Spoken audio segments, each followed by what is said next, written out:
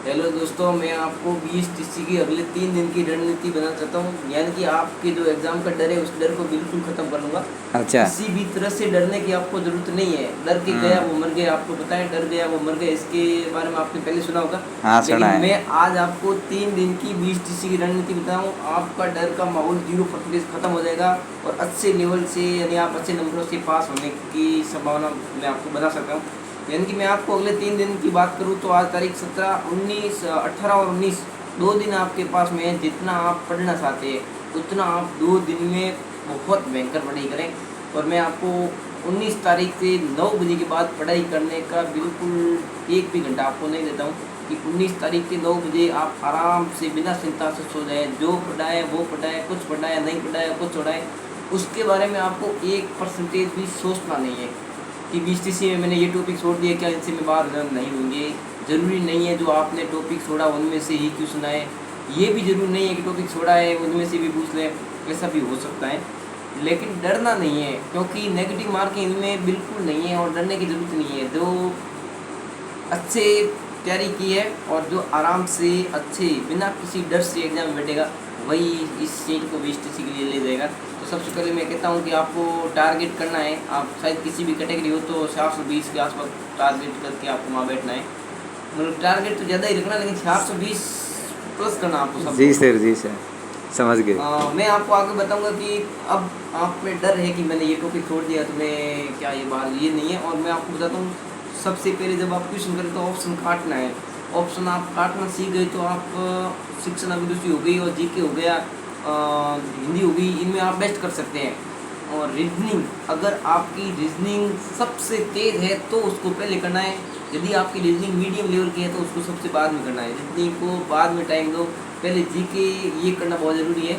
और वो तो आप पे डिपेंड है। अगर आपकी रीजनिंग तेज और जीके से भी अच्छी रीजनिंग है तो आपको रीजनिंग पहले कर देना है, क्योंकि जीके में आप वैसे भी तुक्का लगेंगे, फिर रीजनिंग में टाइम कम बचेगा। आपके पास टाइम मैनेज करना बहुत ज़रूरी है, तो वहाँ आपको तुक्का सेट होना बहुत ज़रूरी नहीं है। आप आते भी क्वेश्चन का तुक्का लगेंगे तो फिर आपको फ़ायदा नहीं होगा।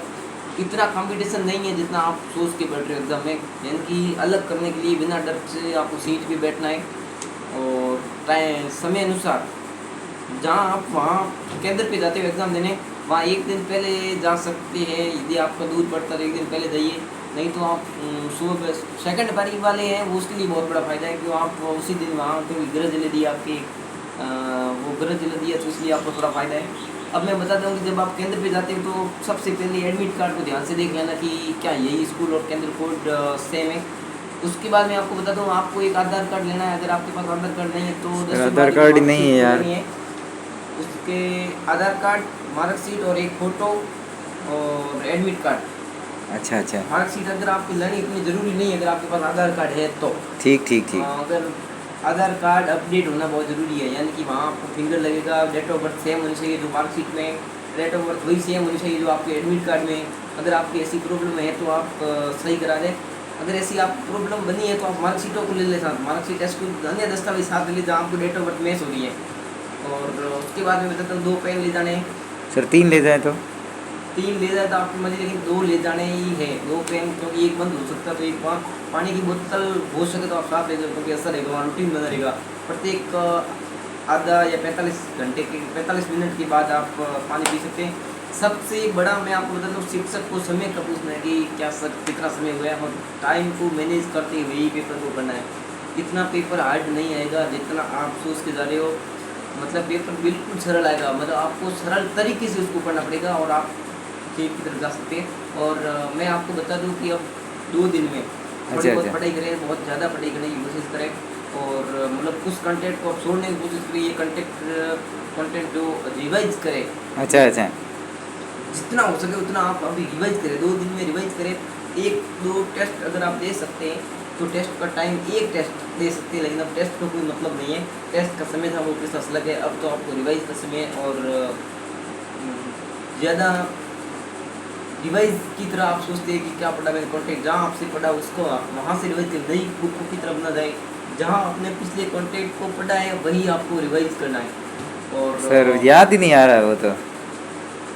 याद तो आपको करना पड़ेगा, नहीं याद करके आप एग्ज़ाम में अगर बैठते हैं तो ये आप जाते हैं। कुछ बच्चों का मीडियम लेवल का डर होता है कि मेरे को याद नहीं होता है, ये ऐसा सिर्फ कुछ नहीं होता है, ये आपका माइंड का प्रभाव होता है। बाकी सब कुछ वही याद होता है जो आपको होता है, वो सभी बच्चों को एक सेम याद होता है, लेकिन पढ़ने का तरीका थोड़ा अलग अलग होता है। सही है सर, बिल्कुल सही है। आपको एग्जाम टाइम में सरल तरीके से जाना है, याद हुआ कि नहीं हुआ उसको मत सोचना। आप बिना किसी टेंशन से एग्जाम में बैठ गए तो आप एग्जाम में आपसे भी अच्छा बेहतर कर सकते हैं, अगर पढ़ने से भी बेहतर करना है तो। क्योंकि नेगेटिव मार्किंग नहीं है, आपको ऑप्शन काटते हुए क्वेश्चन को करना है। सर सिलेक्शन नहीं हुआ तो क्या होगा? सिलेक्शन नहीं हुआ तो डरना नहीं है, अगली 20TC और आएगी, ये प्रत्येक साल 20TC आती है। अगर आप सिलेक्शन नहीं होने का कारण यही है कि आपने जो कॉन्टेक्ट पढ़े वो सही तरीके से नहीं पढ़े, या आपने जो पढ़े की वो पूरी तरह से समर्पित होकर नहीं की है, इसी वजह से आप बाहर हो सकते हैं। बस ये गलती के बिना आप बाहर नहीं हो जाएंगे। मैं कहता हूँ गलती वहाँ एग्जाम में टाइम में जहाँ बैठती हो पेपर पे, वहाँ आपको गलती करनी नहीं है। शायद आपने पढ़ते गलती करनी होगी, लेकिन एग्जाम के टाइम 1% भी आप गलती नहीं करनी है। पेपर को पूरे पढ़ते हुए टाइम टू टाइम देखिए, टाइम मैनेज बहुत बड़ा है, क्योंकि आपका ज़्यादातर 20TC का प्रथम पेपर होता है, सबका 12 करने के बाद यही पेपर होता है, और उसका टाइम मैनेज बहुत कम होता है। मैंने कई बच्चों को देखा कि टाइम मैनेज नहीं होता, तो आपको टाइम मैनेज करने के लिए जल्दी समय निकालना पड़ेगा। जिसने प्रथम टेस्ट दे रहे, परीक्षा दे रहे 20TC, और मैंने जो आपको 3 डॉक्यूमेंट बताए वो लेके जाना है, और सही तरीके से अपने सही साधन की तरफ आप जाएँ, और हो सके उतना जल्दी पहुँचें, वहाँ आप रिलैक्स होने का टाइम दें। और मैं आपसे निवेदन करता हूँ सबसे, मुझे पूरी उम्मीद है जो ये वीडियो देख रहा है उन सबका सिलेक्शन की दौर पे है आप, हो जाएगा सिलेक्शन आपका, सबका सिलेक्शन होगा। आपको परीक्षा में सिर्फ ध्यान से बैठना है, यही आपका अभी समय है। तुक्का आप लगाएं, क्योंकि नेगेटिव मार्किंग इसमें नहीं है। तुक्का जितने हो सकते हैं सर तुक्का कैसे लगाएं, कोई तरीका बताइए? तुक्का लगाने का यही तरीका है कि आप जो ऑप्शन है, आपके दिमाग में किसी एक ऑप्शन पर 100% फोकस होगा, और कुछ दूसरे पर नेगेटिव 2 ऑप्शन आपके पास होंगे तुक्के में भी, लेकिन जो आपको सही लगे दोनों में से ये आपको बेस्ट लग रहा है वो तुक्का लगा जाए। ऑप्शन काट दे, 2 ऑप्शन आप काट रहे तो उसको पहले ऑप्शन काट दे, बाद में उत्तर जो क्लिक करें उसको उत्तर कर लें। ठीक है समझ गए। अब मैं निवेदन करता हूँ कि आप जो एग्जाम में बैठेंगे, एग्जाम में हर प्रत्येक बच्चा सफल नहीं हो सकता, क्योंकि इतनी हमारे पास सीटें नहीं है, और उस गवर्नमेंट के पास सीटें नहीं, तो हम पास नहीं कर सकते, कह नहीं सकते कि आप मतलब जो एग्ज़ाम देगा वो पास होगा। लेकिन जो अच्छे से तैयारी कर रहा है और अच्छे से एग्ज़ाम के टाइम में बैठ रहा है, उसका सिलेक्शन श्योर है। और आपको अब कुछ नहीं करना, डरना नहीं है, रिवाइज करना है, और बिना किसी चिंतित एग्ज़ाम जो नहीं होगा तो क्या होगा, कुछ नहीं होगा तो ऐसा नहीं है कि नहीं होगा तो डूब गए, नहीं डूबे भाई साहब। अगली 1 साल बाद और आएगी एग्ज़ाम, और आएगा, कई एग्ज़ाम ऐसे आएंगे जहाँ ऐसा नहीं है कि आप 20TC जरूरी है, वो तो चीज़ें आप बीट कर लेंगे, लेकिन बिना किसी चिंता से वहाँ बैठना है। राजस्थान पुलिस में भी आपका सिलेक्शन हो सकता है बिना 20TC का। अच्छा सीट आ रही है वहाँ आपको हो जाएगा, तो ये मतलब आप क्या बनोगे ये आपके हाथ में नहीं, लेकिन आप एग्जाम बैठो वहाँ पूर्ण सहमत तरीके से बैठना आपको। ठीक है सर, आपका बहुत बहुत धन्यवाद। धन्यवाद देता हूँ मैं आप सबको कि ये video like share and subscribe करें, और आपके प्रिय मित्रों तक जरूर पहुँचाएं जो 20TC एग्जाम के लिए आगे 3 दिन में जाने वाले, 3 दिन की रणनीति जानना चाहते हैं आराम से। मैं दोस्तों आपसे ये पूरा वादा करता हूँ कि आपका सिलेक्शन श्योर होगा, जो मैंने बातें बताई उस बातों के अनुसार अगर आप एग्ज़ाम में बैठते हैं तो।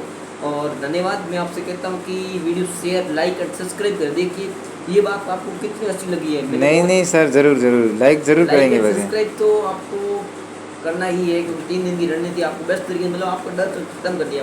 हाँ बिल्कुल। धन्यवाद। धन्यवाद।